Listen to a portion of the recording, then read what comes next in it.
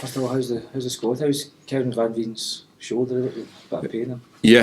He's had a scan and there's no major damage, but he's had an injection in it just to settle it down because it's quite painful for him. So it's a case of 2 days after the injection, doing nothing to antagonise it, and then see how he is after that. So this will be the second day. So we missed training today, and then we'll see how he is. He showed a lot of bravery because it did seem like he was grimacing a lot. And, after the goal, he wasn't really moving much. No. I think he'd have been moving if he scored the goal. But no, it was brilliant from Kev because he's a real good player for us, as everyone knows. He did take a painful one. I'm not sure how. I saw the incident, but it didn't look too bad. But obviously he was in a bit of pain, and there is something in there. So I asked him at half time if he was fit, yes or no, and he said yes. No, that was it. And we asked him to be honest with us if he couldn't contribute to the team. Then we've got good players in the squad that can come on, but.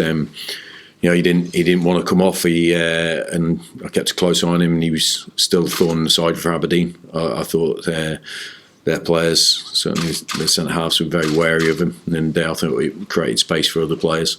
And he obviously had a part to play in the goal as well. So fair play to him. That's the sort of commitment we need from all our players to win games. How did you find the experience? Being in the stand and not able to. Bit of both, really. I thought it was easier to analyse the game as it went along. It was obviously hard to communicate any messages actually onto the pitch straight on.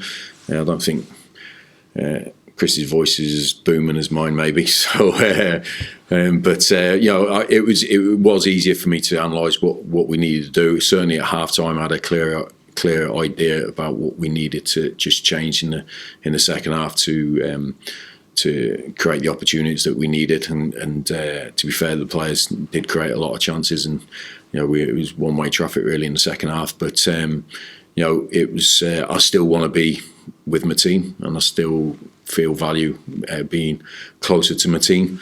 So it's a bit of a balance really, but it is what it is, and I got on with it. How do you view Sunday's challenge when you've done well at Ibrox in your time and just before your time as well? Yeah. Look, the challenge is a tough one. I think when we've done well against Rangers, take the last game out of it, I think before that we've done really well. But we had to work exceptionally hard. We had to try and nullify their qualities or make them play in a way they didn't want to. And I think Sunday will be a similar game or similar game plan from us, that we have to try and make them play in a way that they're not particularly comfortable with, and then obviously bring our A game, in and out of possession. It's important that we don't go there just to defend. We have to have an attacking threat, which we always try to carry, and we have to look within ourselves as a team and see that we can score goals. So it's about getting the balance right when you come up against any opponent. But like I've always said, there's never a game where we don't have a thought process or how to win it, and Sunday won't be any different. How important was it to get Dowson Scott tied up? I think once we identify, and realise that we A, want to keep these players, and B, can keep these players, then as quick as you can do it is the best scenario. I think it was difficult for us over. I've spoke before about January being a difficult month for a club like Motherwell.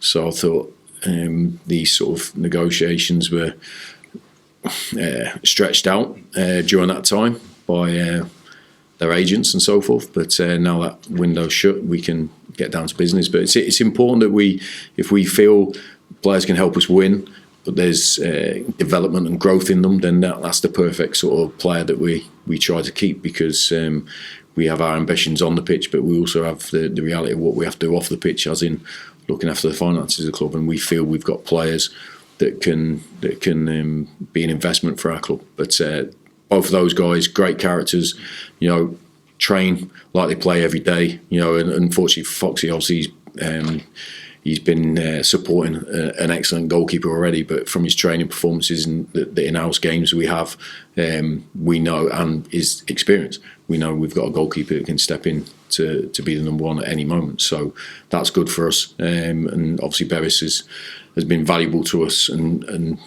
me and my time for the last 12 months. He's played in the majority of the games when he's been fit. He's played in different positions, and he's great to have. So we're delighted that we've got him on board.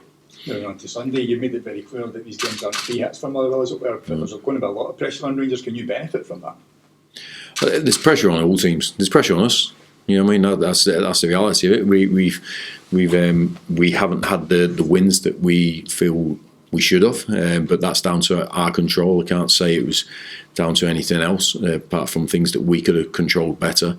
So we have to try and make those improvements. So there's pressure on us to win games because we don't want the season to peter out. We want to finish strong. We want to finish as high as we can. So every team coming to this stage of the season has got something to play for. You know, the league table shows you that.